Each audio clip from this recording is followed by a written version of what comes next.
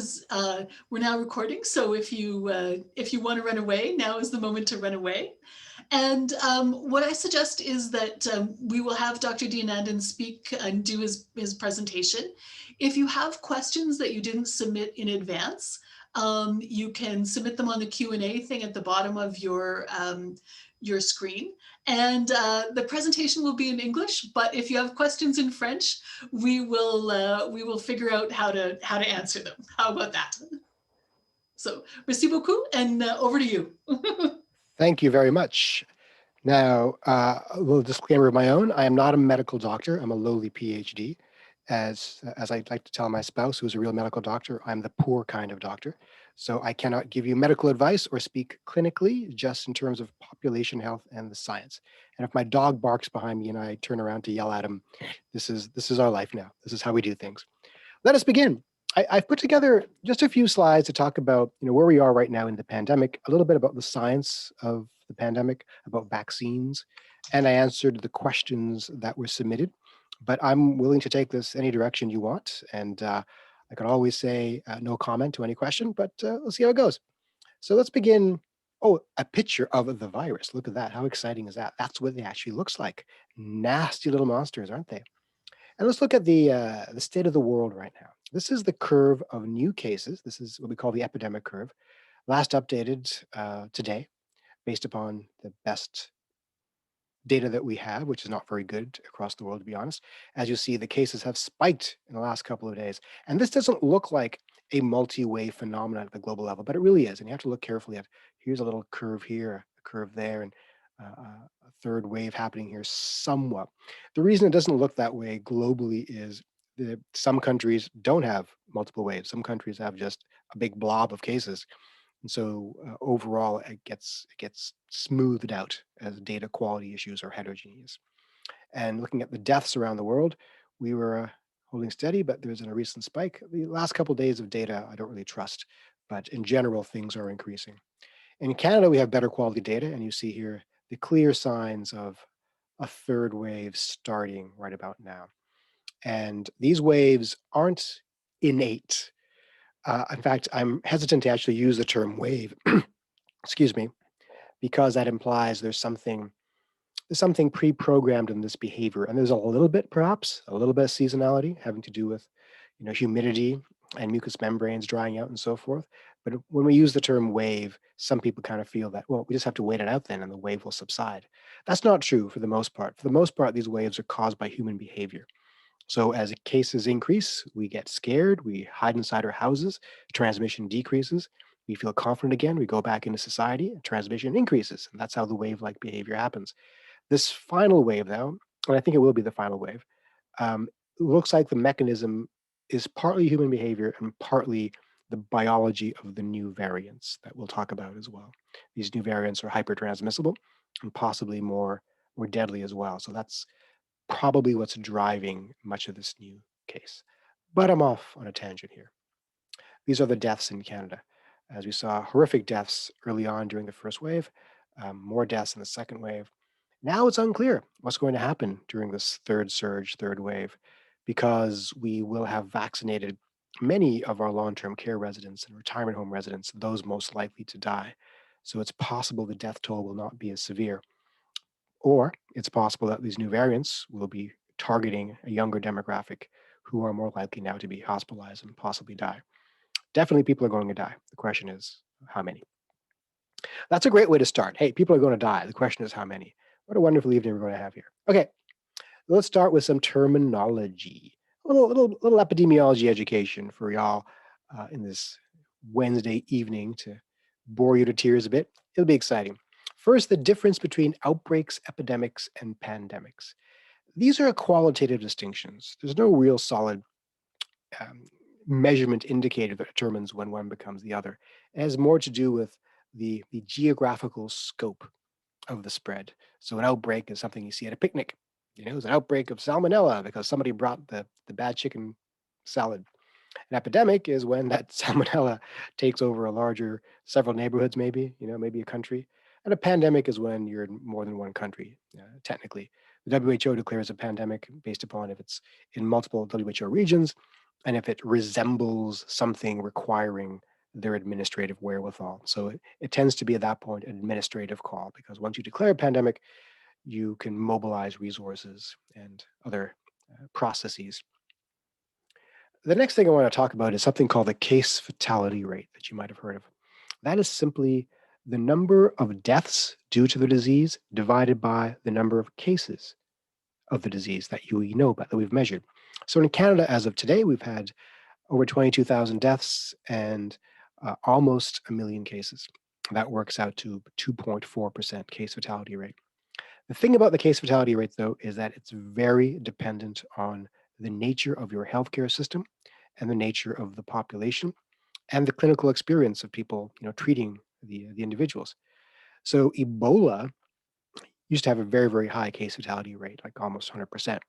Then during the last couple of epidemics, it came down because we gained experience in treating people with Ebola, more focus, more money, more attention was paid to it. And so that ability to keep people alive was increased. But also, as the pandemic rages on, the COVID pandemic, healthcare systems become overwhelmed and case fatality rates might increase. So the case fatality rate is not a biological constant. It changes with the context of the disease. As mentioned, the quality of the healthcare system, or if your population is younger or not as obese, less hypertensive, you have a lower case fatality rate, and so forth. That's different from the infection fatality rate. And this is where we get a little political, because this is one of the dividing lines between the so-called COVID deniers and everybody else. So the infection fatality rate is a total number of deaths divided by the number of true infections. Remember the previous one, if I go back, is total number of deaths divided by known infections. You only know what you measure.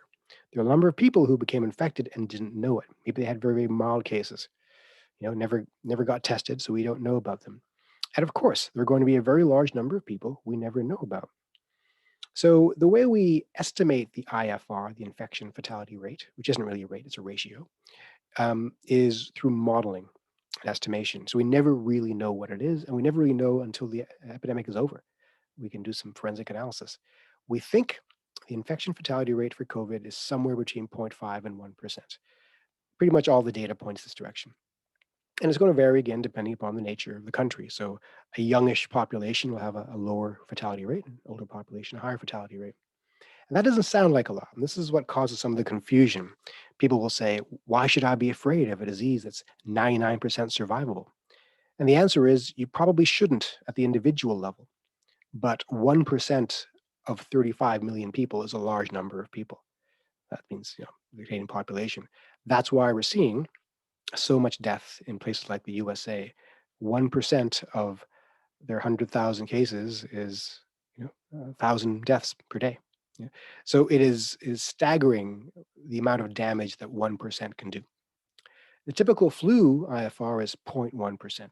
So already we're 10 times more fatal than the flu at the upper end, and at least twice as fatal, and so forth. So do not be misled by this seemingly small number. It is a terrifyingly high number. And here's a comparison. The 1918 flu, the big Spanish flu, we think had an IFR of 0.3% or so. In 1957, the flu in the USA had an IFR of 2.6%, which is higher than we have for COVID. So is that disease worse than COVID? There are a lot of things go into whether or not something is worse. The fatality rate is one thing, but the transmissibility is another. So you can have a low fatality rate in a disease that affects a lot more people and get a higher death toll. And death is only one measurement of impact. There's also morbidity, there's suffering, there's impact on the healthcare system, et cetera, et cetera, et cetera. So it depends on the question you're asking about what determines seriousness. But we're getting into the woods there about definitions and comparisons and so forth. The next concept is the reproduction number, R, that I'm sure everyone's heard of. Now, everyone's an expert on it, but just in case you're not, R is the average number of new cases produced by a current case before that current case becomes resolved. So here are some examples here. Look at the middle row. This is an R of 1. So here we have at time 0, 2 people who are infected. At time 1, those 2 people are no longer infected or infectious. They're either recovered or they're dead. In any case, they're out of the picture, but they have each infected one additional person. So that's the R of 1 means. Each has infected one additional person. At time 2, those new people are now either recovered or dead, but they have infected one additional person, and so on and so on. At each time interval, there are exactly 2 people infected. The epidemic is in steady state. It's not declining, it's not accelerating. If you look at an R naught of 0.5, that means the average number of people that an infected person will infect before they are resolved is half. What does that mean? 2 infected people will produce 1 infected person before those 2 people are taken out of the picture. At the next time interval, that person has infected nobody because 0.5 of a person doesn't exist. So very quickly, the epidemic is gone. But at R of 2, we have at time 0, we have 2 infected people. They both infect 2 people. So at time 1, we have 4 people. At time 2, we have 8 people, and so on, and so on, and so on. Remember that old commercial? I told 2 friends, and they told 2 friends, and they told 2 friends. That is exponential growth. And that is what we want to avoid. Exponential growth can explode out of control before you know what's happening. And this, to me, is the major psychological barrier to controlling the pandemic, is explaining to non-mathy people the dangers of exponential growth. It's also why most people can't get rich. They don't understand investing when things are at the lowest level. If you try to get in past the ground floor, you have to put in more money to get the same outcome. The same thing applies here. If you want to introduce public health mitigation efforts, if you wait too long, you got to act harder. You can act more reservedly early on in the exponential growth curve. So in general, if R is greater than 1, the epidemic is worsening. If R equals 1, we're holding steady. And if R is less than 1, then the epidemic is dwindling. And the things that affect R are the how many people we contact on a daily basis, and what's the probability of actually infecting somebody, and how long you're infected for, because the longer the duration, the more likely you are to be able to infect people. But we can also lower the reproduction number using a variety of mitigation tools. Mask wearing, keeping your distance, hiding in your home, keeping the number of contacts you have to a minimum. If you don't see people, you can't infect them, you can't get infected by them. In this way, we can artificially reduce R to something less than 1 and have disease peter out over time. So here is some data I pulled up for the state of Canada as of today, as of 7 p.m. So today we produced almost 4,000 cases. We have almost 1 million cases total. But what I point out here is the percent positive. This is another metric you may see a lot about, the percentage of tests that we've done that have come back positive. We have here 3.7%. Why do we care about that? Because this tells us essentially 2 things in one. It tells us, are we testing enough? Because if that number was like 20% or so, it is unlikely that 20% of the population is infected at any given time. If that was the case, we'd be in serious, serious chaos. That tells us we're not testing enough. We keep on testing more and more people until that number stabilizes. Right? That's the first thing it tells us. Second thing it tells us is how deeply into the community the infection has penetrated. If it's over 1% or so, chances are it's penetrating deeper than we need it to. So this is one of the metrics we use to measure how bad the situation is. So the incidence rate, which is the number of new cases per day, the reproduction number, and this test positivity rate. All of them give us a piece of the puzzle.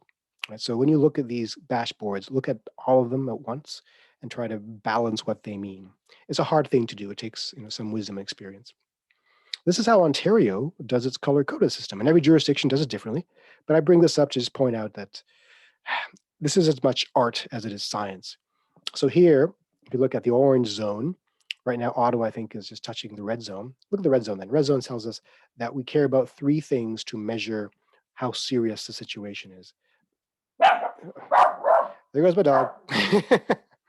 Okay, so the R here, if it's over 1.2, then we know that the disease is accelerating. Shut up, dog, shut up. And if the percent positivity is over 2.5%, and of course the incidence rate. Now this is very, very high. That's number 40 per 100,000 population. That's like 400 per week in Ottawa.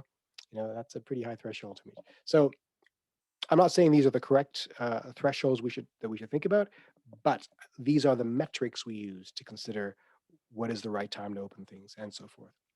So this is from Ottawa's dashboard today. It shows us the reproduction number is 1.09, which doesn't sound like it's very high. 0.09 is close to 0.1, which is actually high enough. That means exponential growth. Anything over 1 is exponential growth. We cannot let that sit that way. And if you know statistics, you know that these are the upper and lower bounds of what it might actually be. It might be as high as 1.17. So a little bit about modeling, because everyone all wants to know about modeling and nobody understands it except the modelers. I don't fully understand it myself, but this is how it works. In general, there are a variety of kinds of models that modelers use. This is called the SIR model. And what it tells us is there are 3 states that you can be in. You can be susceptible, you can be infected, or you can be recovered. So this red curve shows us the population that is susceptible to becoming infected. When the epidemic begins, everybody's susceptible because nobody's immune. It's a brand new virus. As time goes on, people become infected and some recover and some die until eventually nobody's susceptible anymore because either we're all dead or we're all immune, or the two.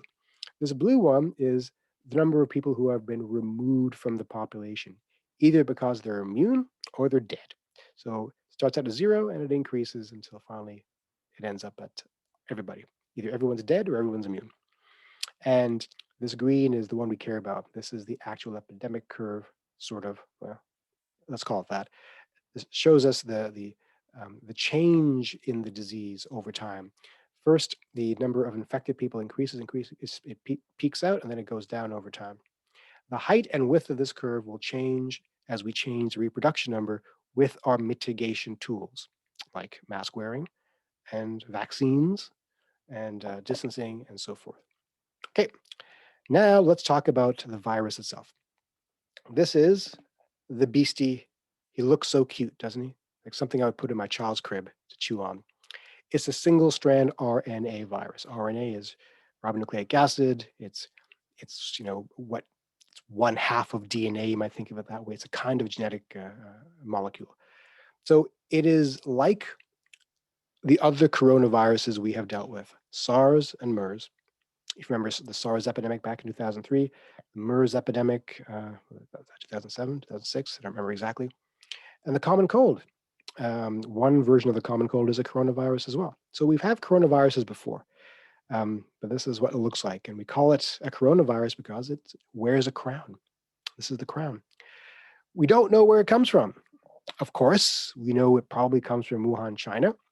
It came out as a result of a zoonotic mutation, jumped out of a bat maybe into an amplifier species, possibly a pangolin, and then into a human being. Most of these pandemic quality respiratory infections arise from places where human beings interact intimately with domesticated animals, like the wet markets, which is why some people say that animal husbandry is untenable in an era of rapid virus transmission. Or it's a result of a lab accident. We don't know. It might be. We can talk about that if you want, but I think we should keep an open mind. We just don't know where this came from. It seems likely it came naturally from an animal-human interaction, but it may have come from a somewhat more artificial sequence. Transmission, I will talk about later on, but right now we think that this is mostly transmitted via respiratory droplets, things coming out of your mouth and falling to the ground, or things floating in the air a bit longer. We think peak viral load happens about 4 to 5 days after initial infection. That means that many people are infectious before they show symptoms. And this is the insidious part of this disease. That is still politically problematic. Some people don't buy the asymptomatic nature of transmission and will argue that we should not be isolating and quarantining people without symptoms. And there's something to that. I mean, people with symptoms are more likely to transmit because they're coughing and therefore projecting droplets further. But people without symptoms can certainly transmit. And we think the basic reproduction number is probably like 1.4 or up to maybe 5.7 early on. Majority of deaths, as we know, long-term care centers. Not surprising. Variants emerge where transmission is high. So one way in which we can control the emergence of new variants is to reduce transmission. It's in everyone's best interest to get transmission under control everywhere in the world to stop the arisal of new variants. As one of my colleagues tweeted recently, there is no New Zealand variant, there is no Taiwan variant, there is no South Korean variant, because those are places where they got transmission under control. So B.1.1.7 is the so-called UK variant, hyper-transmissible, possibly up to 30% or 100% more transmissible than COVID classic, as I call it. Possibly more lethal. That's some new data. That's a little terrifying. B.1.351, also more transmissible, first identified in South Africa. It has the additional quality of being able to evade our immune system better. And P1, identified in Brazil, may be more likely to reinfect you. So all of these are concerning. And there are dozens of other variants, but variants of concern, VOCs, are the ones that we think are going to be impactful on the Canadian system. It's these three so far. Right now, B.1.1.7 is our major problem. And we do have footholds of the other two, however. So there is some interesting stuff coming out of low and middle income countries. They don't seem to have been as affected as the richer countries. And no one really knows why, but there's some prevalent theories. First is ventilation. I do a lot of work in India, and I tell you, India knows how to control respiratory viruses. The places where I lecture there, tall ceilings, great cross breezes, huge windows, outdoor settings, people living in more outdoor settings, spending more time outside, so transmission is less likely outdoor. Age distribution is important. As we know, older people are more likely to be hospitalized and die, so populations that skew young will suffer less. So sub-Saharan Africa, India are younger populations. Detection bias is an epidemiological term where you don't find a thing because you're not looking for a thing, or you find a thing because you're looking for it more.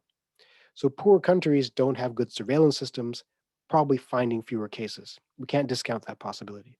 For example, maybe COVID is making its barreling through the slums of India. We don't know because we don't have good testing capacity there. And so we just don't know. Some people theorize about cross immunity in some of these populations, like being exposed to so many other kinds of viruses, including other coronaviruses, may have produced a limited amount of immunity that protects the population. There may be less overall morbidity in these populations, by which I mean they're less obese for sure, more physically active, getting more vitamin D from sunlight, for example. Maybe lesser heart disease, all of which we know increase the propensity for COVID patients to die. Before I get to that last point, there's one I've forgotten. That is, in the West and the North and high-income countries, we tend to cluster our elderly into retirement homes, long-term care residents. So if infection gets loose in those areas, you're far more likely to have mass amounts of death. Whereas populations that enjoy multi-generational living maybe can buffer their elderly better and avoid a death toll that way. That's all theoretical, of course. Class separation is a curious idea. So if you look at India, infection was introduced there via middle-class travelers, bringing it there from business travel and recreational travel from Europe and from China. And the interaction between the upper classes and the lower classes is not as intense as you would find in places like USA or Europe. So that classism may have buffered spread into the lower classes, and by lower socioeconomic classes. I don't know. These are all theoretical, but it's fascinating, and we'll be dissecting this for years to figure out what happened. So how are viral diseases transmitted? In general, there are at least 5 different ways. So direct contact, like sexual contact, HIV, as we all know, is transmitted that way. Vectors, so mosquitoes are a great vector for transmitting a variety of pathogens, not just viruses, but parasites like malaria. Droplets, this is when bits of fluid leave your lungs in the course of breathing or talking or coughing or sneezing and are expelled and fall on someone else's face, and they touch their face and touch their eyes and touch their mouth, and that's how it gets in there. This is why we have the 2 meter, 6 foot rule. There's nothing magical about that number. Some countries only have 1 meter or 3 feet. That magical 1.5, 1.6, 2 meter rule, whatever, is based on studies done decades ago with influenza patients. They measured the distance that droplets travel from a bedridden influenza patient and found that 99.9% of the droplets will fall within 2 meters in an enclosed space. Not all of them will, most will. Someone with bigger lungs will project further. A child with small lungs will project lesser far. Some people cough and project it further. So in general, if you stay 2 meters away, most people will avoid being hit with a droplet. But these are population level mitigation efforts. It's not meant to protect everybody, it's meant to protect most people. Aerosol, this is when things go airborne. So viral particles will float about in the air for hours, sometimes days. So droplets fall within minutes. Aerosol fall within hours. As a result, aerosol transmission is more insidious. Measles and chickenpox are famous airborne diseases, and they can infect an entire building very, very quickly. So aerosol airborne transmission is scary, and COVID is definitely airborne. Most experts agree. The debate is how airborne and how much is aerosol transmission a big thing, and I think it's a big thing. Right? And I think increasingly people are accepting that it's a big thing. So what do you do about aerosol transmission? Well, you wear high quality masks, but more importantly, you have ventilation, air purification systems, and so forth. The fecal oral route is exactly what it sounds like. I don't want to draw you a picture, but I could. It's, I'm not going to describe it. You can get that. So it's possible that COVID goes the fecal oral route, entirely possible, because the way that you will become infected is the virus binds to the ACE2 receptor site on your cells. And we have ACE2 sites in our intestines. So we have detected COVID virus, SARS-CoV-2 virus, in feces of infected people.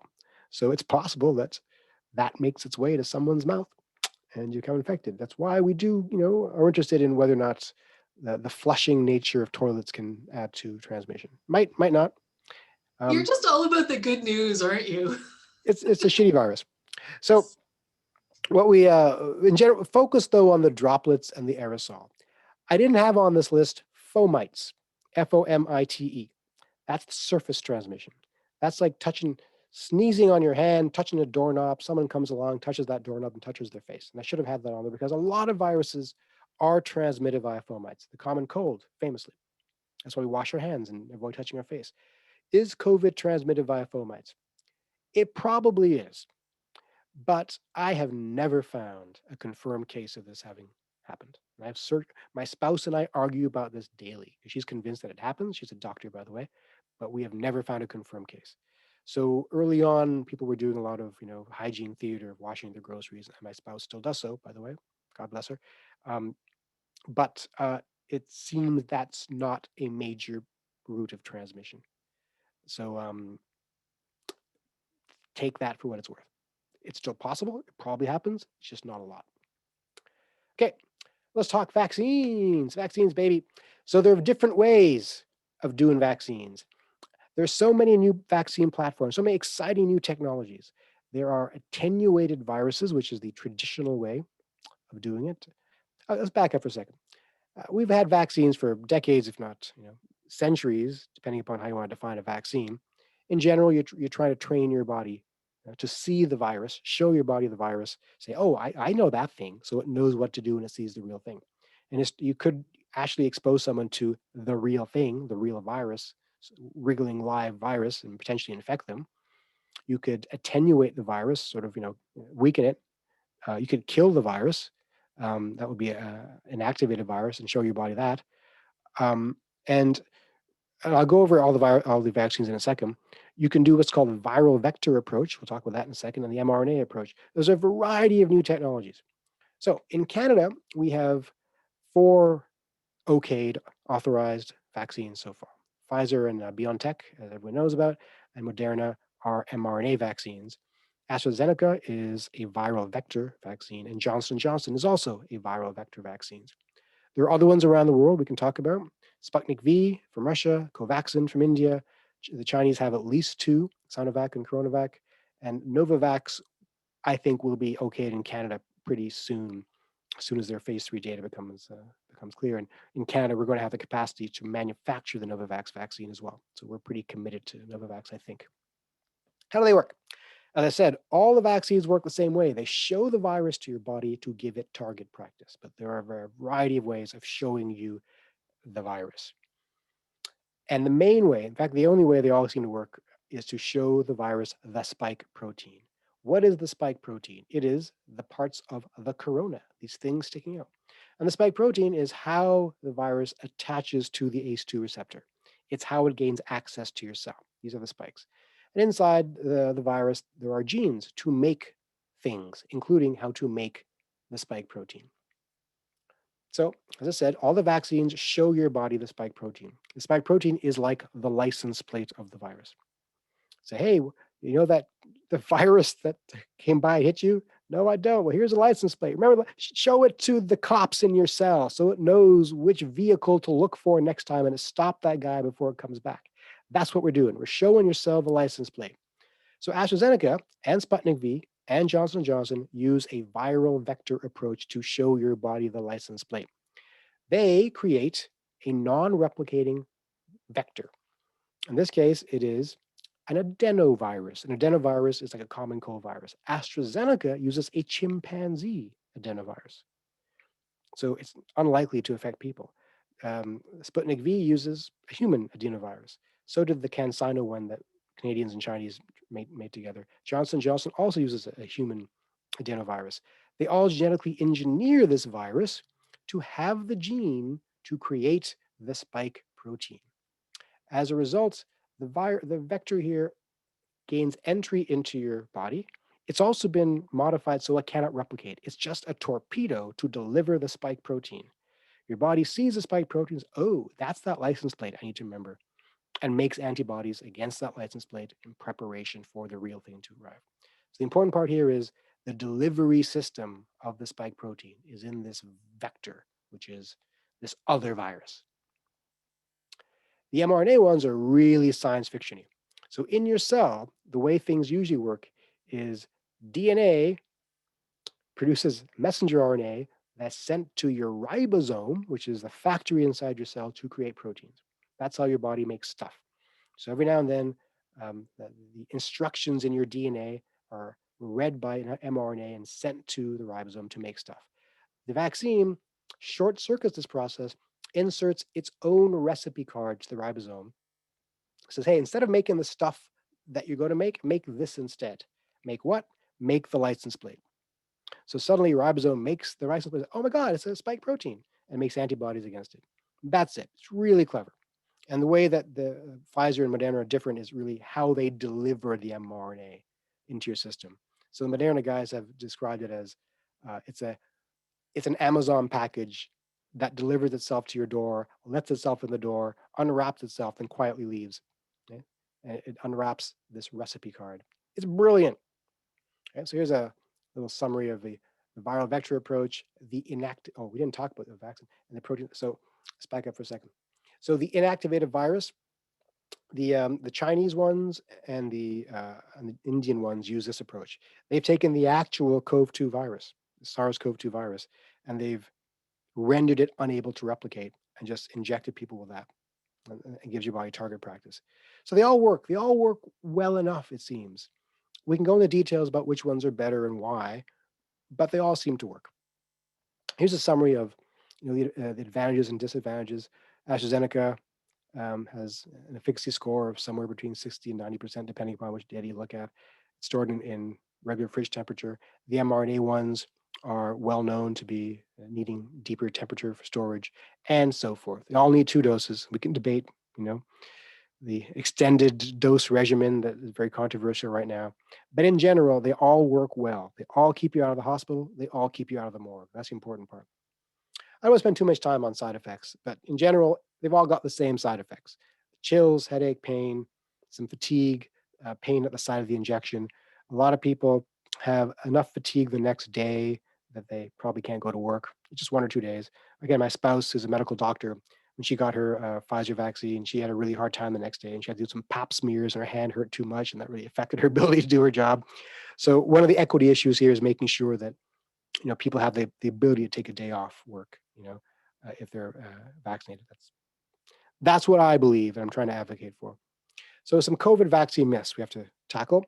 The mRNA vaccines cannot change your DNA, despite what some people on YouTube might be telling you. As I showed you on that diagram, they are inserted downstream from your DNA in the protein production process.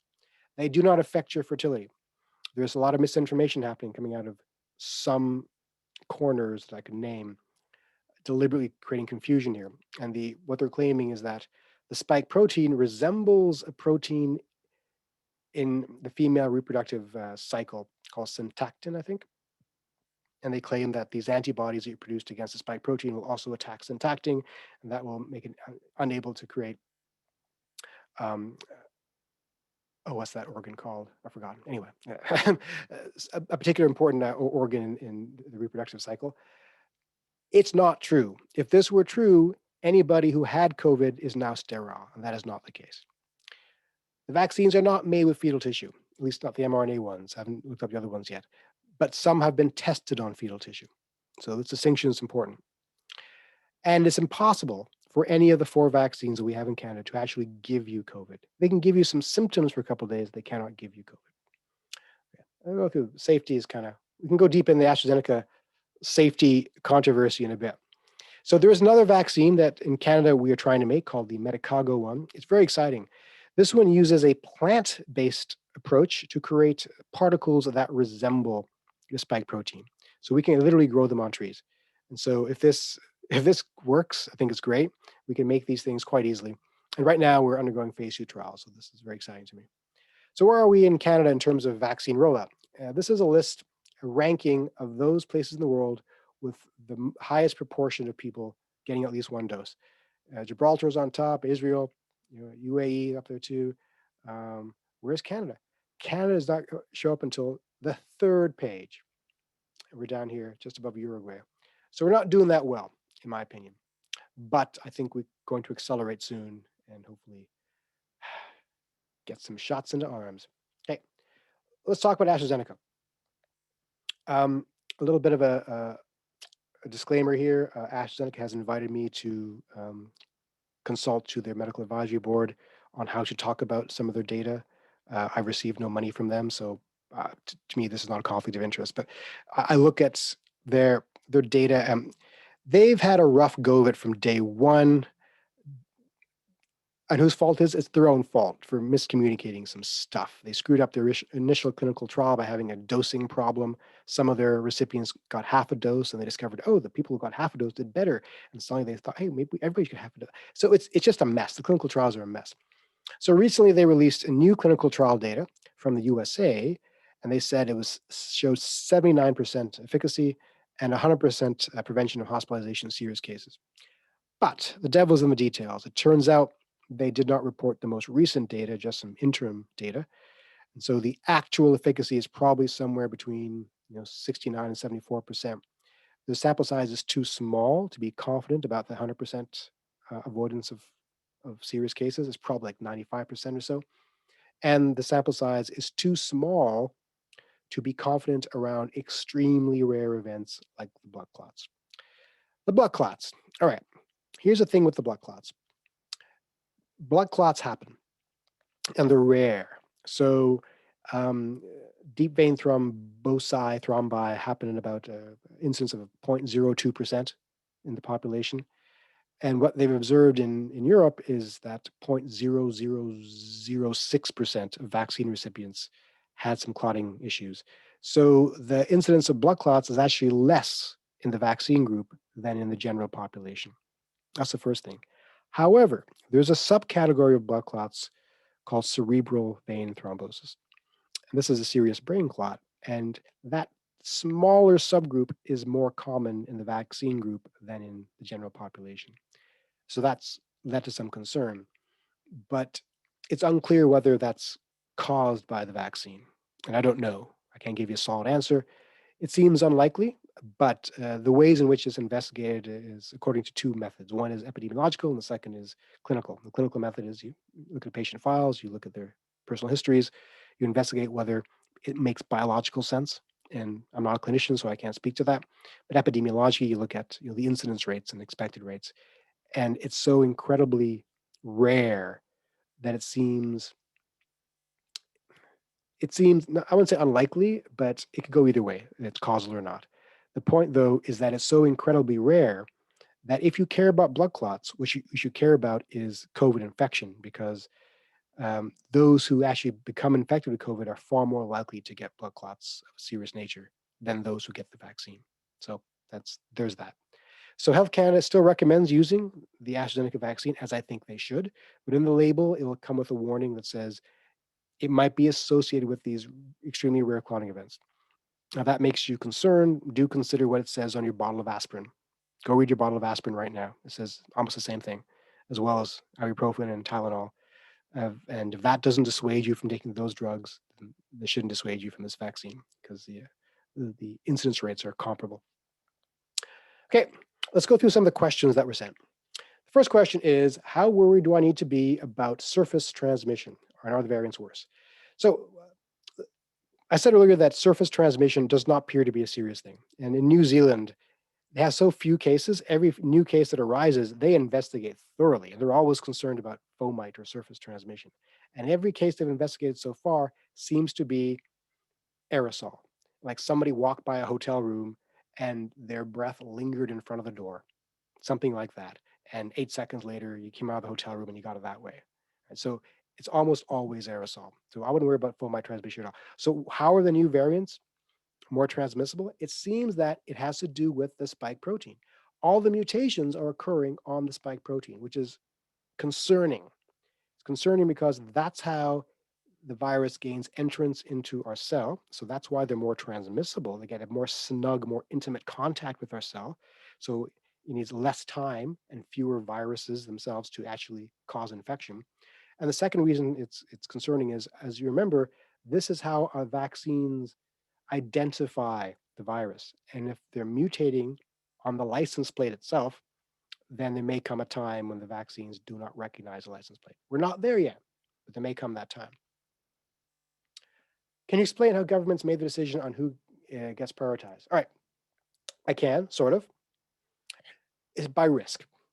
And there are at least 3 ways to think about risk. There's risk of death and hospitalization, there's risk of infection, and risk of exposure. Who's at risk of infection? Doctors and nurses, healthcare workers, because they deal with people who are sick, therefore they're likely to become infected. Who is most likely to be exposed? Grocery clerks, bus drivers, people who see a lot of people. And who's more likely to die? And that's the elderly. So I think everyone kind of agrees on these first 2. You want to keep your healthcare workers up and running because that's one of your best players in the game. And you want to keep your grandparents alive. But the exposure one is interesting. So here's a list of professions ranked by their risk of dying, and we see it's difficult to rank them. Customer service representatives, bakers, construction laborers. This is risk of dying by COVID, based on a California study. I'm hemming and hawing because I can't see the numbers. My own face is blocking the numbers here. So the risk ratio tells us how likely you are to die of COVID. So it looks like cooks are most likely of all this list here. So, and teaching assistants are the least likely. So if you want to do it by risk, then teachers are at the bottom and cooks are at the top and bakers are near the top. So it's difficult to rank things. Right now, we're in a crisis mode where we're trying to prevent as much suffering as we can in the near term. And that means keeping people alive. So to my mind, it makes more sense to vaccinate the elderly or those most likely to suffer and die. This is debatable. I mean, my opinion isn't the right one necessarily. It has to be my opinion. And it looks like the government shares my opinion for the most part. So that's how the decision is made. And maybe there's a better one to be made. I'm not sure. Why does it seem like the goalposts are always moving? All right. Originally, it was to protect the healthcare system, but we have enough ventilators now, don't we? Do we? Do we, though? Here is a ranking of acute beds per population for OECD nations. Well, yeah. And are these OECD, not OECD nations, but nations in general, I guess so. Is Latvia part of the OECD? Really? I'm a little surprised by that. Okay, Canada is near the bottom. So we always had minimal capacity. We don't have a lot of wiggle room when it comes to assaulting our healthcare system. So did we build more beds, more ventilators? Yeah, a little bit, but we're always scratching the surface. So the crisis never went away. It's still about preserving the healthcare system. Here is the Ottawa data for today. We have 94% of our acute beds are occupied. 94%.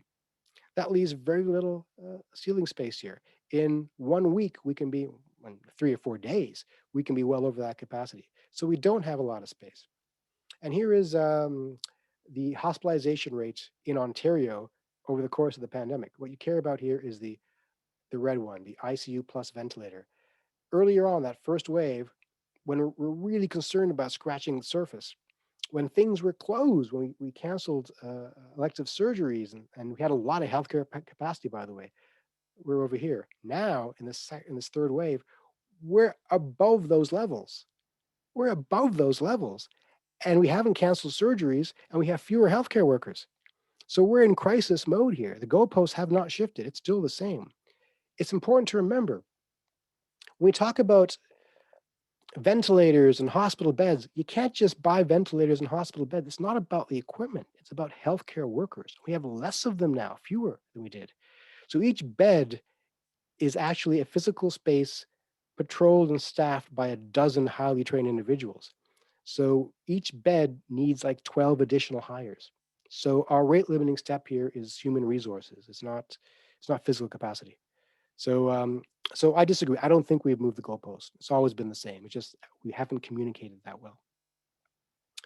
Okay, after I get vaccinated, will I still have to wear a mask? Yeah, here's why. Actually, I have an entire blog post about this. If you want to read about it, I'll leave that for you here.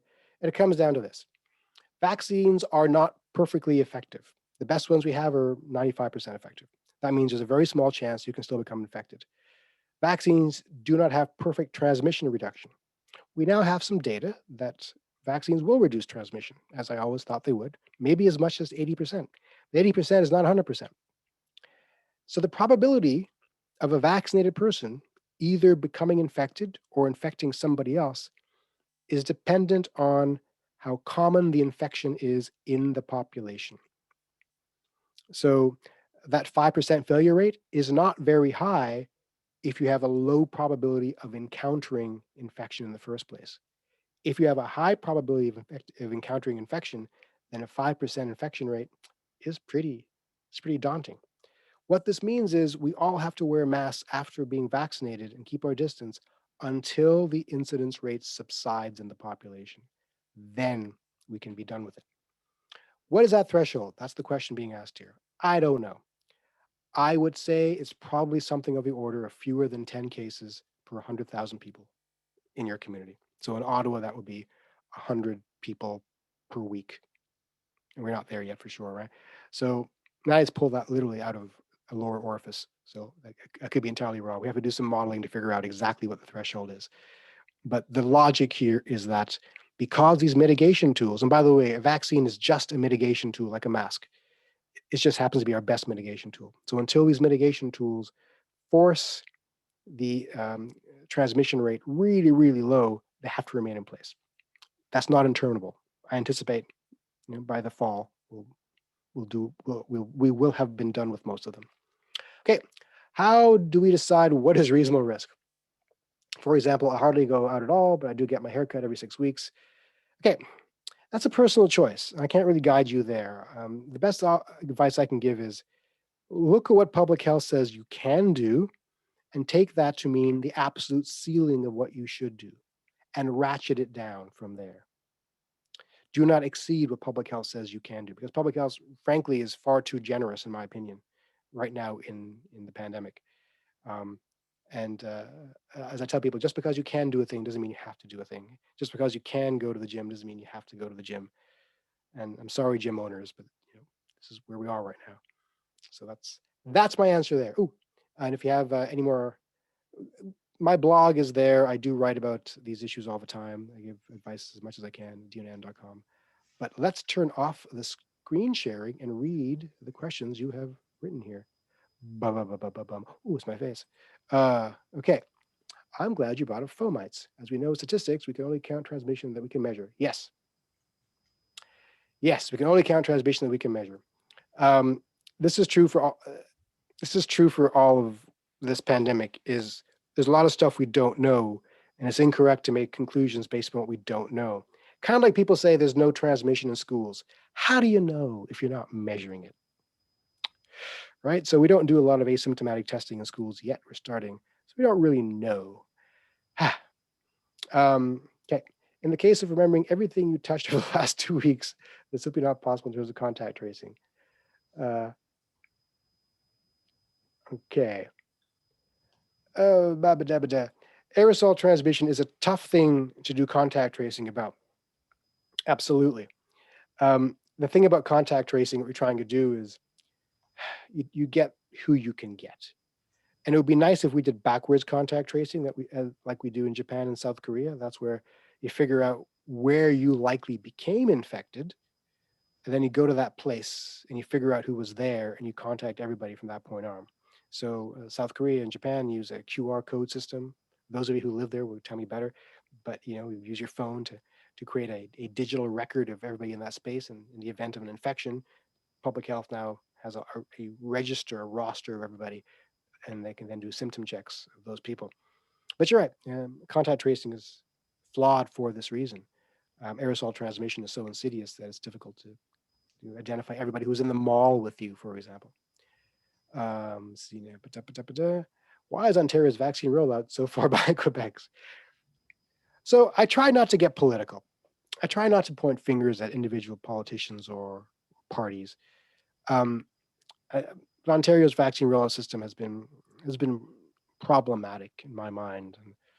I'd rather point to how we can improve rather than pointing out the flaws. And I think we're improving well. We have identified the failings of how to reach certain key people. For example, now we're finally spending money on driving seniors to the vaccination sites. Now we're finally taking the doses to where the seniors are rather than requiring them to come to the spaces. We're finally using pharmacists. We're going to roll out to family doctors probably. These are things we should have been looking into earlier. So we're learning, and I have faith that we'll do a better job. But again, I try not to criticize the leaders too much. Does the COVID contact tracing app actually work? It's got issues. It's got issues for sure. It's got a lot of false positives. I have students, for example, who get alerted every day that they've been in contact with someone who's been infected, even though they haven't left the house in weeks, because they live above someone who's infected. So it's got some issues for sure. I don't think it's a game changer. But I'm a positive thinker, and I like to think of it as what we've learned from the COVID app this time around will help us develop a better tracking system for the next epidemic, which is coming. What do you suggest in terms of going for a COVID test, given that many people are about to start suffering from seasonal allergies? Yeah, good question. Good question. I would say look for the key symptoms. Have you lost your sense of taste and smell? Have you been exposed to somebody with COVID? Do you have reason to think that you are infected? If you're at home watching TV for the last 2 weeks and suddenly you got sniffles, it's unlikely that you've been exposed.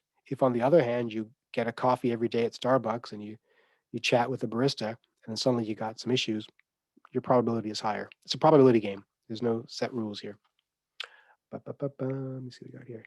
How can testing in schools be scaled up? Yeah, testing in schools. This is a big one for me. I think we dropped the ball huge in many parts of Canada. This is why we need rapid tests, and rapid tests aren't perfect. And here's the problem with rapid tests. Rapid tests are really good at finding positive cases. So if you test positive in a rapid test, you can take that to the bank that you are infected. If you fail to test positive, you cannot take that to the bank that you are negative. So it's important that we assess the pre-test probability of infection. What does that mean? If you are symptomatic, if you've got coughs and something, and you test negative on a rapid test, that increases the probability that that negative finding was false.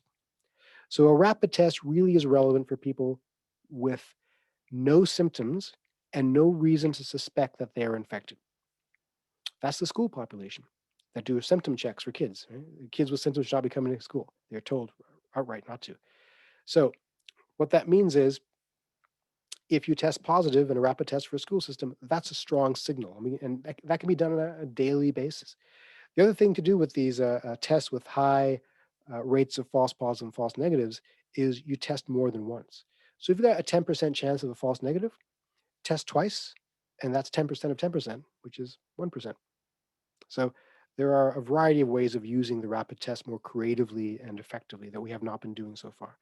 Now we've started doing that in pilot places across Ontario, but we should have been doing this from the start. The BBC tests all of their employees regularly using rapid testing. We have the technology. We can rebuild him. Steve Austin will be the world's first bionic man. Is COVID here to stay at the flu? Good question. Drink some water here. Is COVID here to stay? The question is really asking, can we eradicate COVID? Maybe, unlikely though. We've only eradicated 2 diseases in history. Rinderpest, which is a non-human agricultural disease, and of course smallpox. And we're able to do that for a number of reasons. Some advantages that smallpox gave us, like if you recover from smallpox, you're immune for life. If you've had smallpox, there's a rash and a scar that you have to make it clear to people, hey, this person had smallpox, so we can avoid having to vaccinate them. We have smallpox had a very good vaccine that was tolerable by everybody, including newborns. Smallpox vaccination was for life in general. So with those advantages, we could have done it. The other key advantage we have for smallpox that we do not have for COVID is the lack of an animal reservoir. What does that mean? The animal reservoir is where the disease lives when it's not bugging people. So smallpox lived in people. Once we eliminate in people, it wasn't ping-ponging into another species to bite us in the ass again. COVID is infecting dogs and cats, and we know it came from bats and pangolins and God knows what else. So it is unlikely that we can eradicate it in every species that it infects. So it's going to ping-pong back and possibly mutate. So what does that mean for us? It means it'll probably become endemic, like the flu. But maybe not like as a yearly seasonal flu. Maybe it might be every couple of years. Ask yourself, where is the 1918 flu, the Spanish flu that was so devastating? Where is it now? It's still here. Its descendants are still here. Its descendants are not as lethal in general. They're fragments of that virus that infect us every couple of years. So this virus might go the same way. It may mutate into a lesser problematic version that is in our regular coronavirus infections. We don't know yet. That seems to me the likely outcome. So be prepared to get a booster shot every couple of years, maybe, until this thing becomes so unnewsworthy that we don't even think about it much anymore. Okay, next question. Do RNA vaccines offer hope for other diseases? Excellent question. You guys must be like foreign service officers. These are really smart questions. Yeah, absolutely they do. So the mRNA vaccines, I can't undersell how impressed I am by them, how much of a game changer they are. They will offer new opportunities to treat things like cancer, HIV, Ebola. And the reason is you can create them so quickly and you can target them specifically for a particular target on the virus. Let's back up for a second and talk about these variants. A lot of people are concerned about the vaccine escape variants, about how it's possible that a new variant will emerge that can evade our vaccines. I'm not that concerned about it because the mRNA vaccines can be produced in 48 hours once we sequence the genome of a new virus. So a new variant arises, we sequence that genome, and within 2 to 6 weeks, we put it into production. That means we win the arms race. But it also means that we need to have our vaccine platforms live and running to be able to create these vaccines, have distribution networks ready to go, and have a willing population, willing and able to roll up their sleeves and receive booster shots. If that's the case, then we always win the arms race. No more questions. What? Let me see here. I think there was one in the chat. Oh, somebody's asking, sorry, if you guys could, I'm seeing these questions now, but if you have more questions, please put them in the question thing, just because that's where we're looking. But province of Quebec has regulated that restaurants and bars can only be frequented by patrons from the province of Quebec who are in another orange zone. Does that make sense from an epidemiologist point of That's view? an interesting one. Think about that for a second. Let me be frequented by patrons from the province of Quebec who are in other orange zone. I guess it makes sense on its face. I mean, if I think about this for another half hour, I may change my mind. But my first thought is, sure, you don't want to move infection around. Frankly, you shouldn't be going to restaurants and bars. But the key here is not to move infection from one zone to another. So if you're going to go to a restaurant and bar, make it a local one. That's my first thought. Sorry if that's not a good enough answer, but No, I think that covers it. Maybe there's another question with respect to the vaccinations of Canadian Foreign Service officers abroad. What are your recommendations as an epidemiologist? For example, colleagues at the embassy in Chile could access a vaccine approved by Health Canada, but other colleagues in Latin America may not get such access. How should the employer proceed? I mean, if you're willing to answer that, I'm happy to have you answer that. But I could also understand how you might think that it's. it's a good, interesting question. I'm going to segue a bit on it. If you have access to like the Chinese vaccine, and we don't recognize the Chinese vaccine here in the sense that, for avoiding quarantine, perhaps, what happens there. I would say to the government of Canada, if I were advising them, and why would I ever advise them? I can't imagine them ever asking me to advise them. But all the vaccines have proven efficacy in multiple countries. And so if you get access to a vaccine that's not been approved by Health Canada, I think you should take it. But let me see here. That's not the question that's being asked. The question is being asked, colleagues could access the vaccine for Health Canada. We not have access.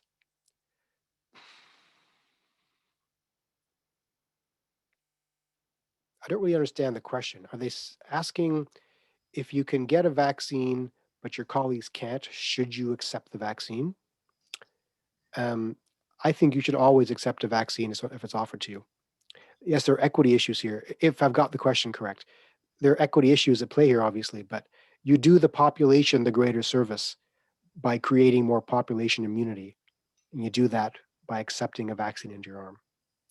That's my wishy-washy answer. Yeah, I guess this part of the subtext as well is, do you have any concerns about what you know about some of the vaccines being offered locally that might not yet be approved in Canada? Okay, yes, all right, that's a good way of looking at it. Antigen vaccines are the ones using the protein on the surface. So like the AstraZeneca one, the Sputnik V, and the inactivated virus ones like Covaxin, the Indian vaccine, and the Chinese ones tend to have lesser longevity than the mRNA ones and the the protein subunit ones. So you may need a booster shot earlier. I'm not a vaccinologist. I can't confirm that. This is what my vaccinologist friends tell me.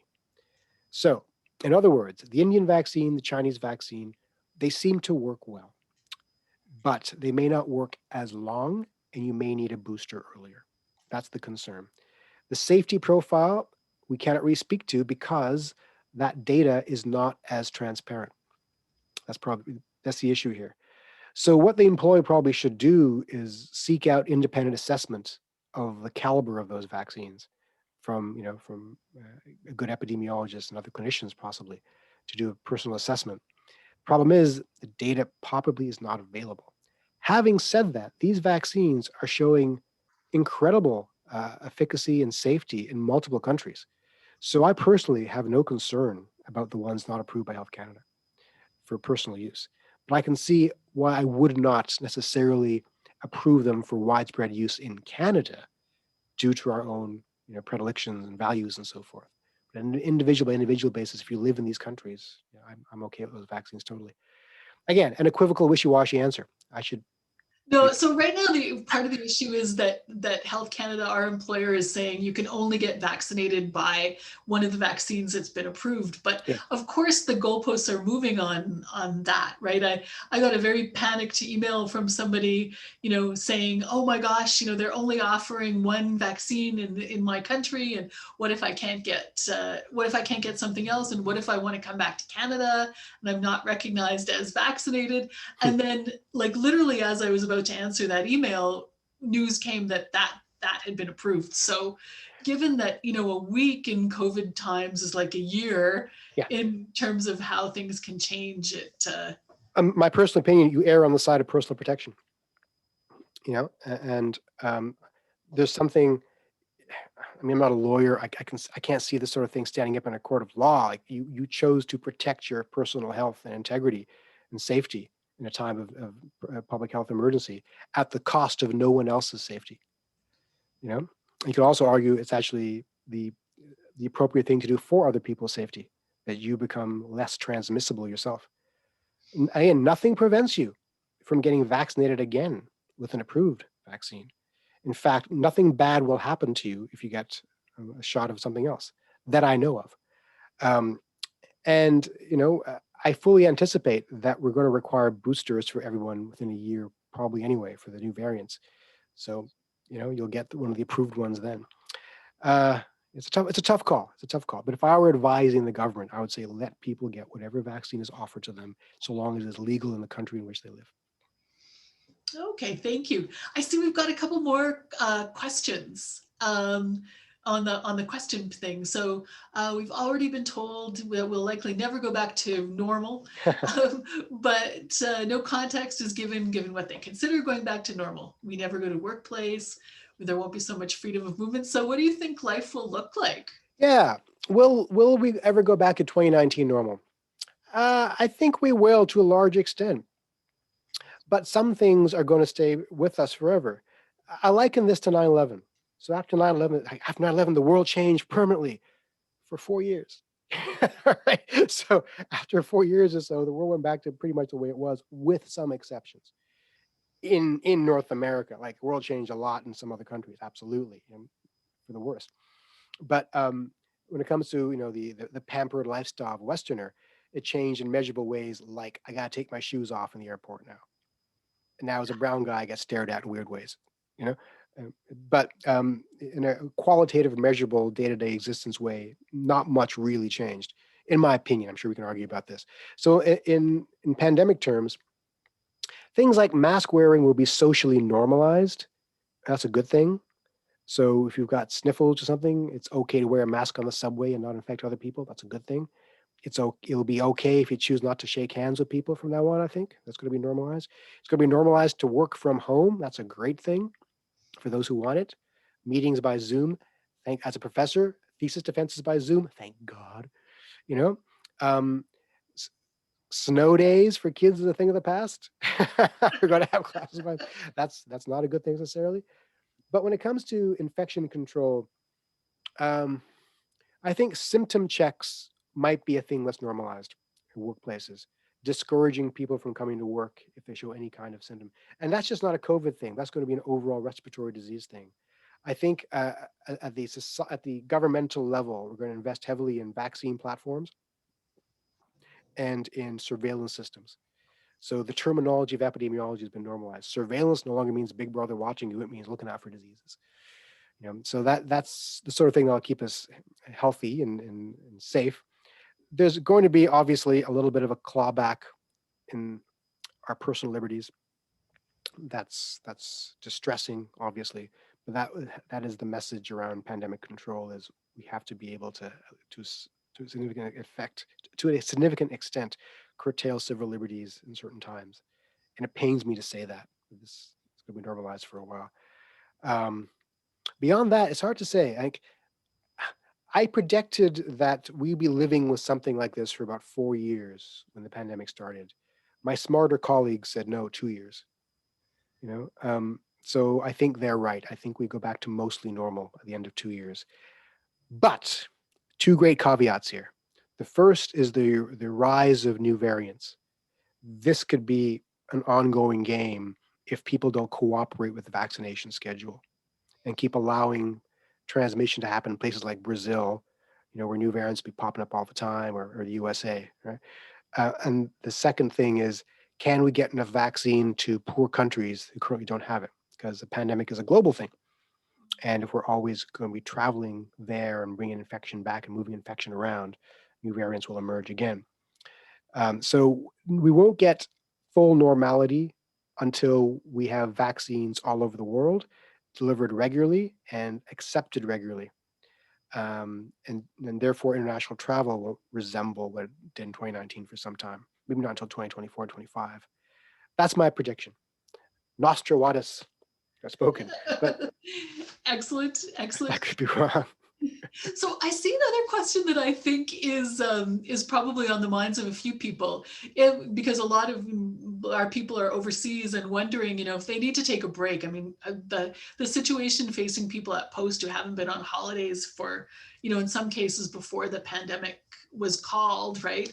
And starting to need to take vacation just for psychological and physical health reasons, and trying to decide, do they can come back to Canada, it's one of the allowed destinations, or if they could go somewhere else. I mean, what factors would you look at? What should they look at? It depends on where we are in the pandemic.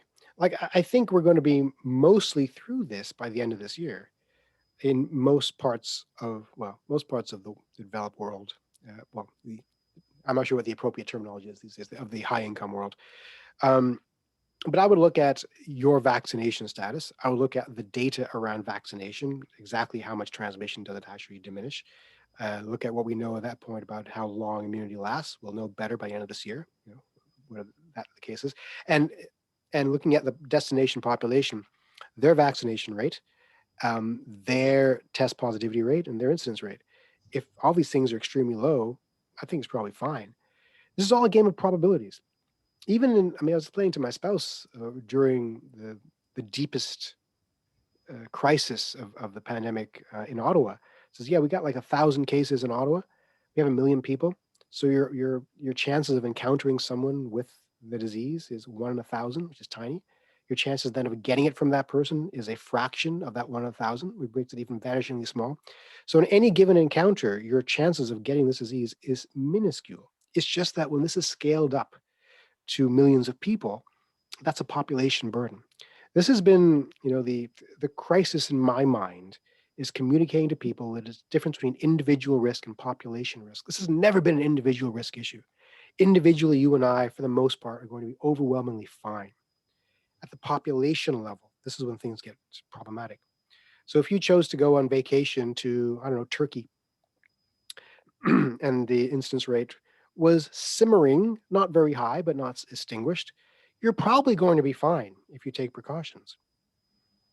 But then when you come back, you got to make sure that you take additional precautions to make sure you're not moving infection around. So what I would look at, again, those things, the vaccination rate in that country, the rules around quarantine and so forth, the test positivity rate, and the incidence rate in the community you're going to. And I would throw in the great caveat of how good is their data quality. That's hard to measure too.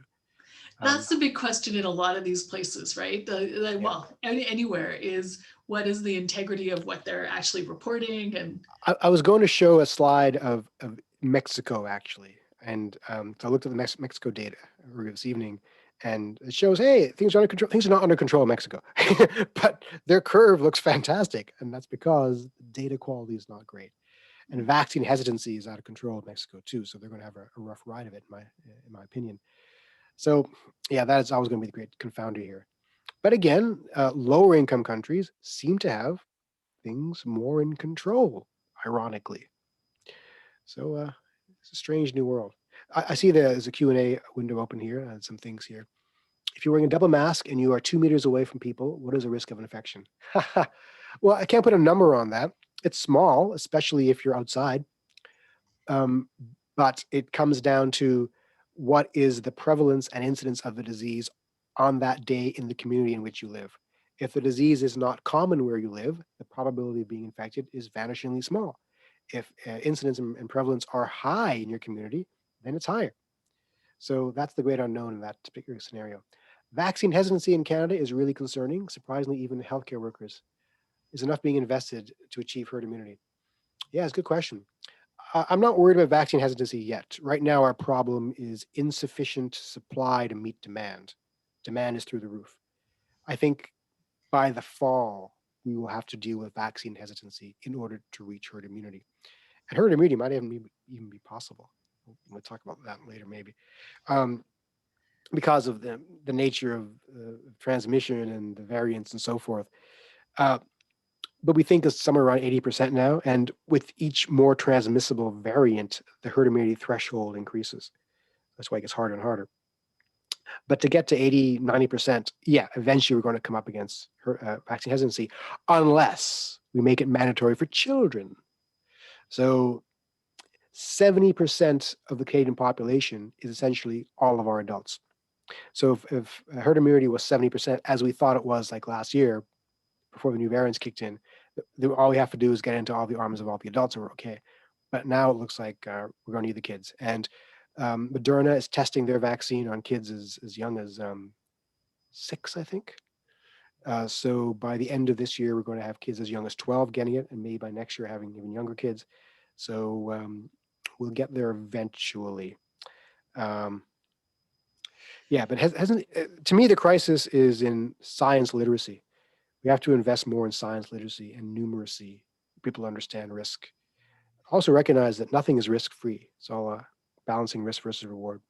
So where should we go? I mean, because one of the things that I see as PAFSO, and when I pitched to you to do this webinar, I mean, one of my points, one of my concerns was, we're a population of people where we have to go out and we have to make assessments about a lot of things we're not experts on, initially, right? And the idea is that you're supposed to be able to apply, whatever analytical skills, common sense skills to get things to a certain point to get them to an expert. But the problem comes in where you can't find an expert.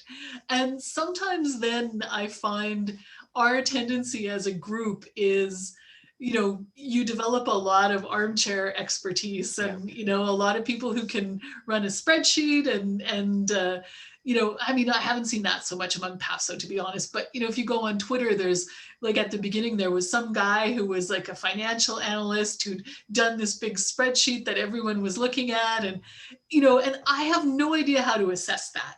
So we just go from PAFSO, we go to the established, Health Canada, Center for Disease Control, those places. But is there a better way of assessing? Yes, it's a good question. The last place you want to go is YouTube. Second last place you want to go is Facebook.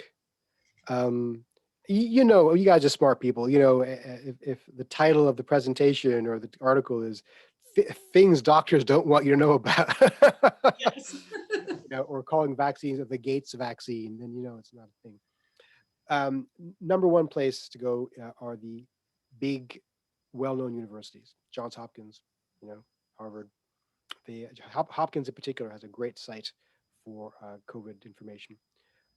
Number two is governments that you trust. This is a tough one sometimes because some governments have old information.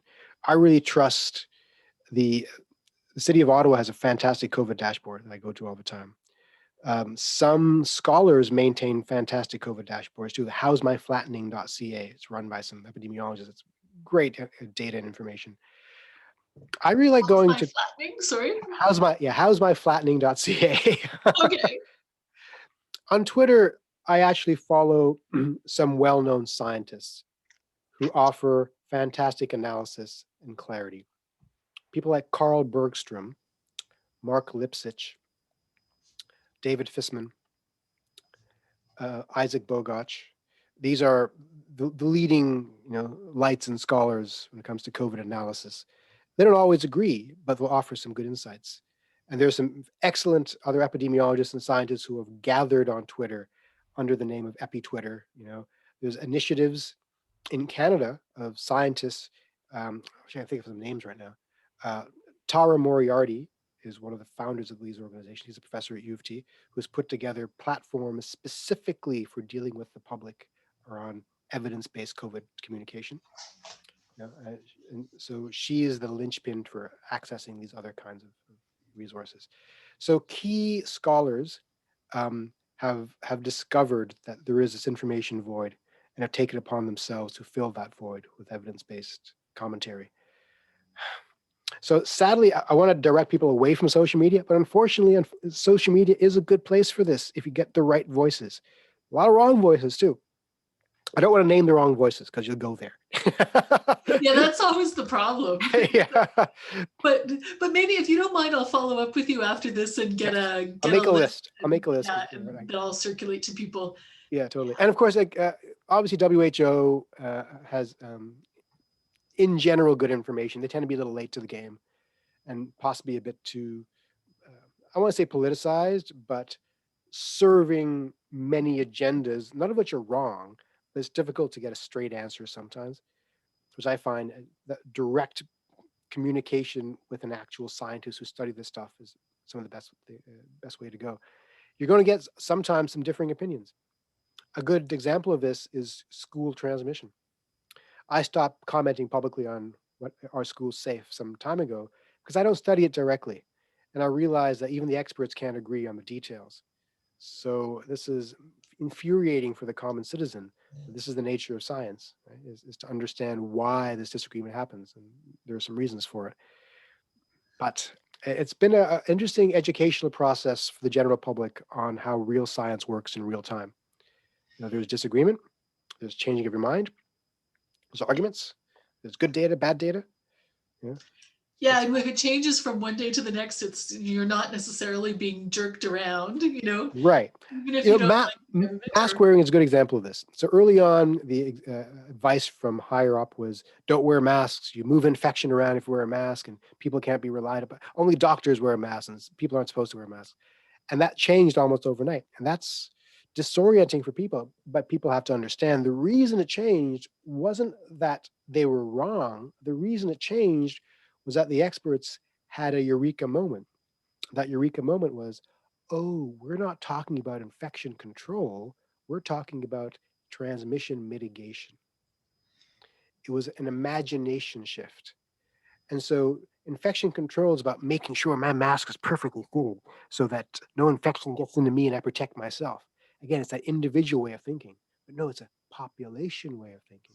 If enough people wear a crappy mask well enough most of the time, then on average in the population, transmission goes down. That was a light bulb moment. it'll make a difference. Yeah. Yes. So that's how that happened, and that happened throughout this pandemic, light bulb moments. And the public gets to see it in real time, but people want right answers all the time from scientists, and we don't have them. So that's an interesting turn of phrase. There's a couple more questions, but okay. Maybe before we could answer them, and then you could tell us if you could have identified any more of those light bulb moments. Let me think about that. First one, there's been a lot of talk about the risk of transmission in commercial gyms. If I live in a condo building with amenities, it's a private gym residence. Should gym be open? Oh, it's a good question. It's a good question. I think about a condo as a self-contained home of people who almost live together, and if you're confident that people in your little community of condo are looking out for each other and are following public health guidance and aren't partying and stuff, you're probably okay in that gym. I think the surfaces of the gym, they're fine. That's my opinion. I think fomite surface transmission is so unusual that I wouldn't worry that much about touching items. If you do worry about it, then wash your hands before touching your face. I'm more worried about if you're in the gym with another person in there, can you maintain your distance? Is the window open? Are you wearing good quality masks? If those three things are in place, then I think the gym is probably okay, especially the ventilation window being open. Can I just ask a follow on about good quality masks? Because a friend of mine contacted me a week or so ago and said, you must have an N95 mask. You can't have just your regular 3 thing, whatever you've been wearing. You got to get some N95 masks. Is that the case? I mean, she was worried about the variants in particular and said the game has changed because of that. The game has changed. The game has changed, yes. So it depends what you're doing and where you're going and what you intend to do. If you're just popping into the grocery store, for like 30 seconds, your cloth mask is fine. If you're going to spend prolonged period of time with someone, I recommend a better quality mask, a good 2 or 3 layer mask, or an N95 or a KN95, or this thing called, some people call it CN95, you know, because they're also, probably good against aerosol transmission to some extent. And the reason they're better is the fiber width is good, and it's more tightly fitting, so you're less likely to get the airborne stuff in. And that's with the threat of new variants, the additional mask quality will probably help. You don't have to, but it will help. Okay. What are my thoughts on Canada's ability to scale up vaccination once supply is available, given challenges now for booking, etc.? Yeah, it's a good question. Again, I'm a stupid optimist, and I think Canada has a good chance of scaling up vaccine delivery. We're learning as we go. Mind you, some of the mistakes we made were pretty obvious mistakes we shouldn't have made in the first place. We got to, if you're asking me for sure. But I'm stupidly hopeful that we've gone over much of the humps. We can look around the world. Look at Israel did a fantastic job. India did an amazing job with their data infrastructure. California is doing a pretty good job too with their mass vaccination centers. We can learn from the rest of the world. I'm seeing in Ottawa and Toronto, mass vaccination centers opening up. Canada's Wonderland, the parking lot is being transformed into a drive-through vaccination center. These are important innovations. The pharmacies are important too, if the websites can be up and running. It's amazing to me that our rate limiting steps are IT. And there's some obvious things, like I look at East York, Michael Garron Hospital in East York had a fantastic booking portal that the other hospitals saw and started adopting. They have things like, if you're a senior, do you need somebody else to book the appointment for you? Great question. Do you need help getting to the vaccination site? Fantastic question. And people noticed and modified their platform. So yes, I have a lot of faith that we can scale this up pretty fast. I think the scientists are doing a good job communicating, but crisis communications from governments has been lacking. Yes, leaving general community confused. Not everyone has the time and ability to replicate. Do you have confidence that government communication will improve? No, I don't. I don't think government communication will improve, at least not at the federal level. Provincial level, not even that, no. But I think at the city level, yes. But I think what's happening is proper communication is being downloaded onto other platforms. So individual scientists are taking upon themselves to do a lot of this. Public health units do a fantastic job. Ottawa Public Health, they're communications people. Just, so good. He tells jokes on Twitter. It's hilarious. That's the way to do it. I think maybe, I'm sure we'll have a royal commission looking into our failures of communication, and a new agency of public health communication will be formed. They'll be bloated and pointless. Do I sound frustrated? No, I don't. So yeah, I don't have a lot of faith that we'll fix our communications problem. Yeah, I love Ottawa Public Health too. By the way, there is a paper from 2004 or 2007 that I cite all the time. It's lessons learned from SARS. And there are 3 lessons. Number 1, animal husbandry is bad for human health. That's my vegan propaganda. You can throw that away. That's fine. Okay, we can talk about that if you want. Number 2 is that 19th century technologies work, by which they mean hiding in your house and wearing a mask. That's true. But now is the time to use 21st century technologies, mRNA vaccines, electronic tracing, and so forth. But the number 1 lesson from SARS that we did not learn was transparency and clarity in communication is everything. And we have been crap at that since day 1, just absolute crap. It maddens me that we can't get that right. Where we procure an N95 these days. Okay, so N95 is a standard that is tested in the USA. The KN95s meet a similar standard, but tested in Korea. There's a company called Masks for Canada. I just bought a supply from them, and they create something they call a CN95. It doesn't really exist, but it's N95 quality that's tested in Canada. And I think it's a darn good mask. Again, my physician spouse ordered dozens of them, and she thinks it's the best mask she's ever owned. So we do make some in Canada that are very good. And the KN95s you can get online that are pretty good. So you don't need to have an actual N95 unless you are going into surgery. You're doing a medical procedure. The so-called CN95s, in my opinion, are fantastic. I have them in my pocket right now, I think, somewhere. So you asked about eureka moments or a lot of it had to do with the individual versus population risk issues. Even the vaccine rollout, people keep asking me, hey, I don't want to get the AstraZeneca vaccine. I want to wait for a better one. I'd rather wait till August to get a Pfizer vaccine. I think you're missing the point that this is not an individual level endeavor, that this is not about getting the best possible deal for you, best possible immunity for you. It's about getting sufficient immunity into enough people so that society goes back to normal faster. And guess what? You win that way as well. That was a light bulb moment as well.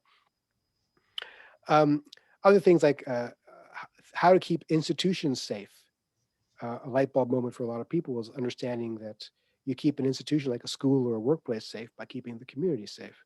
And there are hierarchical stage ways of doing this. Step one, you keep it out of the community. If it's not in the community, it can't get in the school. Number two, once it's in the school, you keep it from spreading in the school. Number three, once it's spreading in the school, you keep it from getting out of the school and reinfecting the community.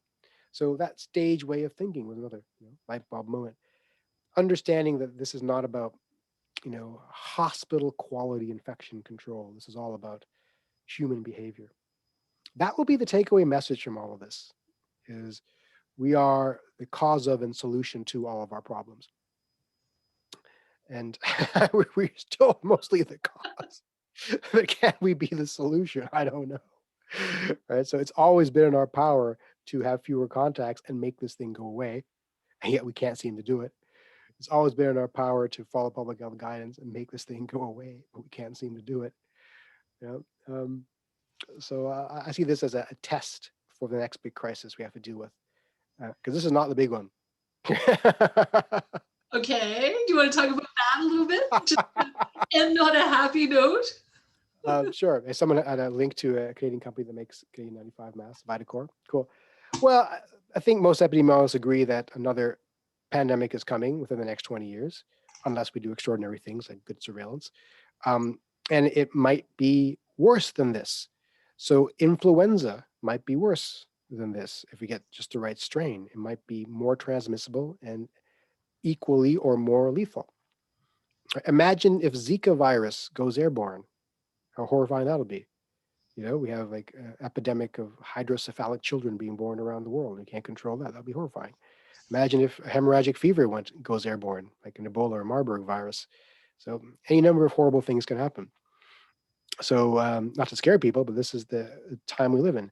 And layer on top of that the threat of antimicrobial resistance, where getting a nose job is now a life or death struggle, or getting your stitches is a life or death struggle. So we're up against some serious biomedical crises around the corner. And how we've dealt with this one is an indicator of things we need to fix. And the great confounder, of course, is climate change.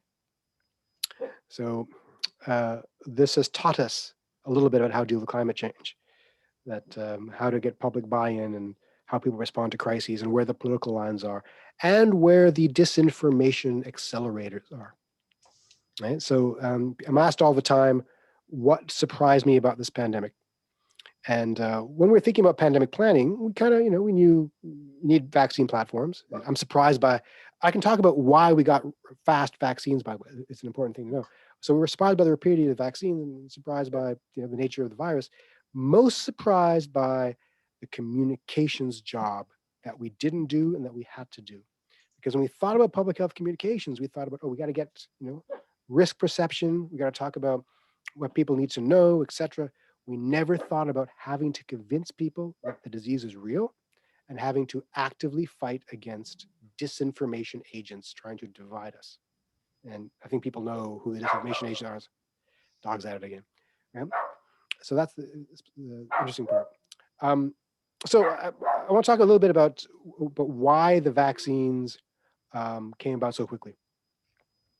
For a number of reasons that came about quickly. Number one is a huge desire to have vaccines fast. Number two is we had these platforms up and running already. So we had the mRNA vaccines were already being developed for Ebola and rabies, and we just pivoted from Ebola to Covet. we'd already done the genomic sequencing. So the Chinese gave us a huge advantage back in December. They did the genomic sequencing, gave us a lot of data that allowed a lot of that initial work to be done. Next thing is that, and this Bill Gates deserves credit for this. It was his idea to subsidize and to underwrite the risk of drug companies so that we could trial multiple candidates simultaneously in parallel so that we don't have to bet on just one or two. As a result, we can be rest assured that we'd have 3 or 4 a year later or 2 or 3 years later. No one foresaw we'd have a dozen 10 months later. That's extraordinary. So the underwriting of risk is important, voluntarily. And then there was the incredibly high prevalence of the disease.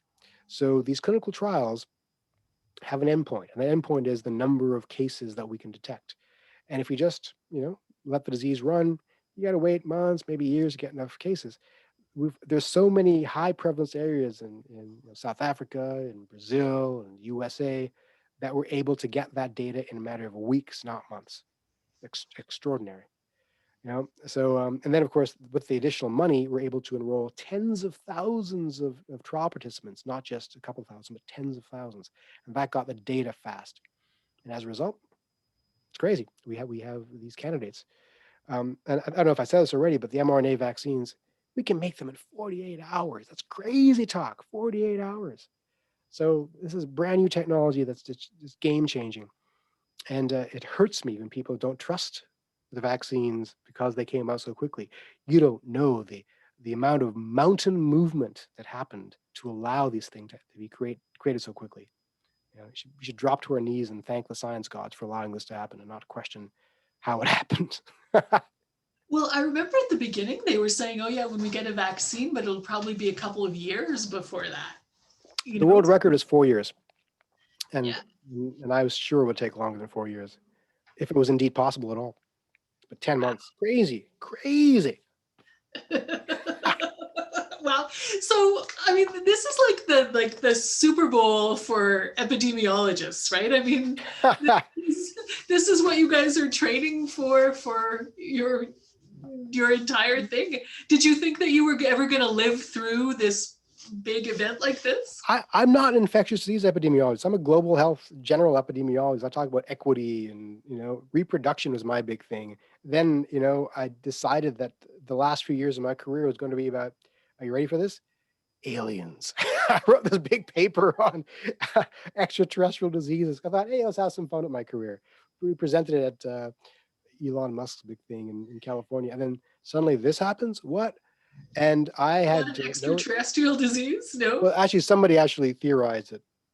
Extraterrestrial. There's no evidence for that, by the way. But again, I'm not an infectious disease guy. I'm an educator. So I saw this as my opportunity to, engage in some public education. This went crazy because nobody foresaw the thirst for information and the poor quality of existing information sources and the great demand for lucid speakers of science. So that was my opportunity. What I'm hoping, well, my biggest concern is what it means for the next generation of scientists, because the disincentives are severe. We get a lot of abuse. So my students have seen it, and they don't want to be, publicly engaged as a result. And do you? I mean, are you getting those messages and everything? I get crazy amounts of hate mail. Crazy. But saying what? I mean, well, okay. So first of all, as a ethnic minority, they go for your appearance first. If you're a woman, they go for your gender first because haters aren't creative or deep. Usually, they perceive you as being a tool of the government. First of all, second of all, of promoting misinformation because you're pro-science and pro-vaccine, and acknowledging the existence of the pandemic is considered anathema to freedom. So there's a deep psychology going on here. If you have been hurt by the economic restrictions, as many have been, you have a couple of options of how to respond. One of them is, this is unfortunate and I need help. Another is to hate the situation you're in. A third one is to deny the reality of the situation. And if you choose that last one, then the next logical step is to say, well, hey, the guy that's promoting the reality must therefore be a liar and must therefore be the cause of my hurt. So it's a fascinating thing to watch. And there's some things that trigger them more than others. If you call someone selfish for not wearing a mask, if you call someone selfish for taking a trip to Aruba when you shouldn't be, the thing that got me the most hate mail was when I suggested that Canadians should not be traveling for vacations during the second wave. Crazy amounts of hate mail.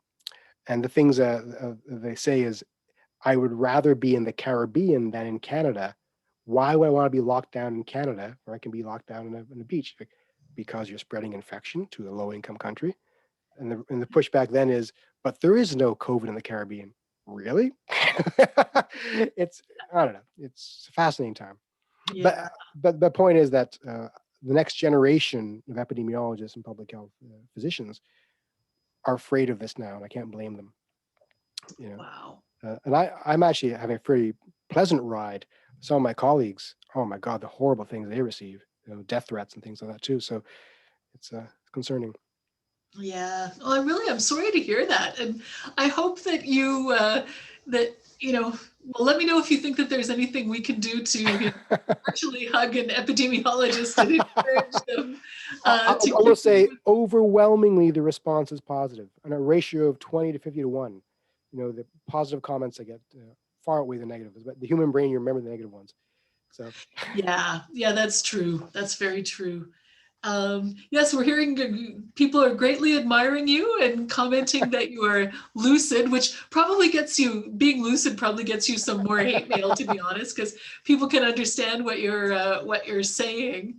So I think maybe if I'm not seeing any more questions, maybe we should sign off. sure. I'll give everybody maybe going once, twice, type fast if you have one last question that you want to ask.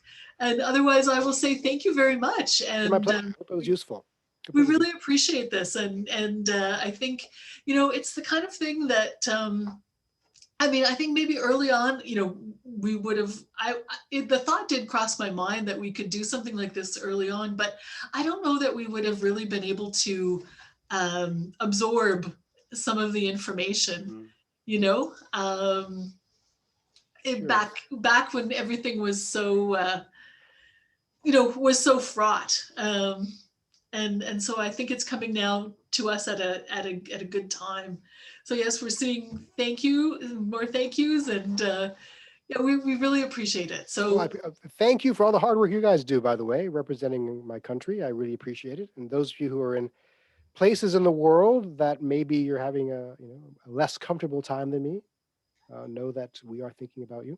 And we will get through this as a species and as a people very soon. I have every expectation. The dawn is near. My colleague David Fissman says pandemics have a beginning, a middle, and an end. We're well past the middle. When this current wave is over, I have every expectation that we will not see any more restrictions at all, and that every day things will get better until we are back to normal by this time next year. how long, I hate to say it, but you say when this wave is over, how long do you think this wave will last? Again, that depends Or on do you human have behavior. are you Depends able on human to? behavior. I think by the end of the spring, at the latest, um, we're not going to see this in the summer for sure, unless new variants emerge. Who knows, right? But this is all depending on human behavior and what the government does. I hope, and I hate saying this because it hurts people, I hope the government enacts some restrictions right now, just so we can just get ahead in terms of vaccination. And once we do that, we can open things up more strategically. Yeah. What do you think, just before we go, the New Zealand model seems like really the Yes. the strongest lockdown, but also Yes. seems to have been the strongest not recovery. I guess they're still in it like we are, but Yeah, that's the COVID zero approach. And many of us were advocating for that from day one. It's just the stomach for it was so poor. And early on, I got a lot of hate from economists who would write to me, "You don't understand economics." I don't understand economics. True. But I do understand that if you get us back to a state of sustained normal, then you can open an economy and keep it open. That's what I understand. And that's what New Zealand did. And guess what? They're swimming in it now. They had a crowded house concert just last week, a big yeah. concert. And so the data is now coming in pretty loud and strong. Those who opted for COVID zero have stronger economies and happier people and less struggle. And by the way, there is no South Korean variant. There is no New Zealand variant, because the variants only happen when you've got out of control transmission. But that takes political will, and it takes acceptance from the people. I always say in these interviews that public health is the art of the possible, and the possible is dictated by what the people will tolerate. And if Canadians were loud in terms of we can tolerate a 3-month lockdown, if that means we never lock down again, then we could have done this. Yeah, yeah. Well, hopefully some of the lessons will be learned for, God forbid, the next time. But in the meantime, I'm glad to hear we're going to get through this in Yes, some we kind will. of time horizon. We are And so near the end. thank you so much for coming, and thank you to everybody for attending and listening. And maybe if you're willing, we'll get you back in a few months Sure. to talk about the lessons learned. Absolutely. Would love to. Would love to. Okay. Bye, Sounds everybody. good. Thanks, everybody. Bye-bye.